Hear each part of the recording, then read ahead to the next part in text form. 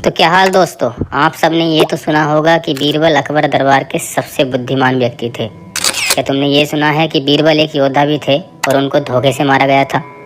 नहीं सुना तो चलिए हम बताते हैं। जैसे कि दोस्तों, अकबर का शासनकाल भारत में 1556 से लेकर 1605 तक चला।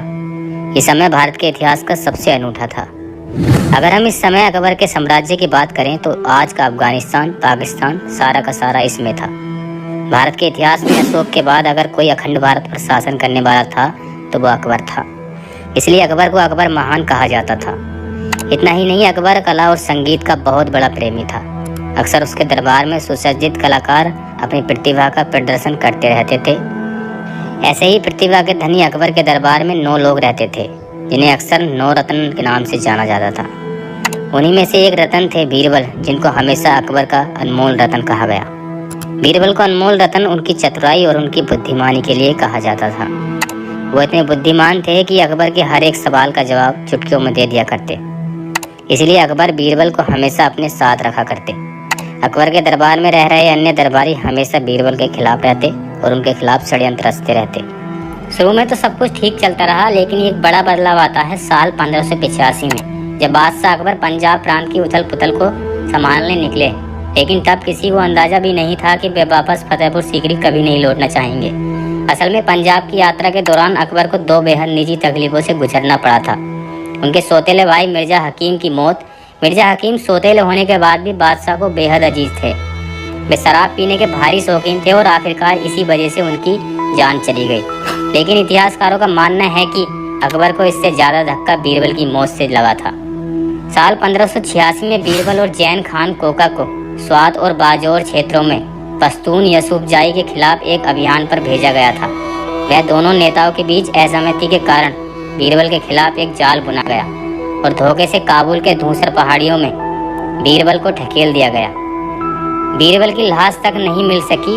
अकबर के शासनकाल में ये मुगल की सबसे बड़ी हार थी, जिसमें 800 से ज्यादा मुगल सैनिकों की जान गई थी। इनमें एक बीरबल भी थे। खबर मिलने पर बादशाह की हालत किसी बच्चे से हो गई थी। उन्होंने 2 दिन तक कुछ नहीं खाया और ना ही पिया। हरदम सख्त अनुशासन में रहने वाले अकबर ने इस दौरान दरबार का कोई भी काम देखने से इनकार कर दिया। तब तुरान का राजदूत भी राजसी चर्चा के लिए अकबर के पास आया हुआ था, लेकिन उन्होंने उससे मिलने से भी मना कर दिया। अपने सबसे विश्वस्त और करीबी शख्स को खोने का दुख इतना था कि वे दिन प्रतिदिन झरोखे से बाहर देखते रहते। बीरबल की मौत के बाद अकबर के दुख में पूरा मुगल परिवार शामिल था। सारा राजकाज कुछ दिनों के लिए रुक सा गया था।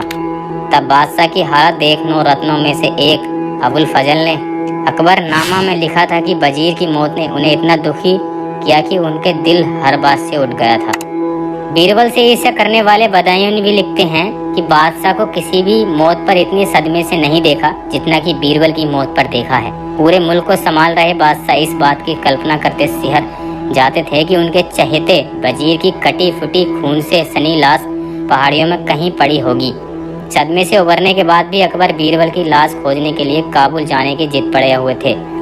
वे चाहते थे कि सबका सही ढंग से अंतिम संस्कार हो सके।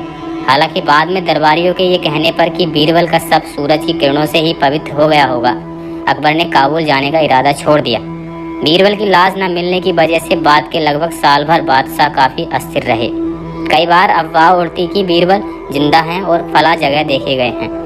कोई कहता है कि वे सन्यासी होकर फला जगह रह रहे हैं। जैसे ही ये बात अकबर के कानों तक पहुंचती, वे तुरंत अपनी सेना के उस जगह भेज देते ताकि बीरबल का कुछ पता लग सके।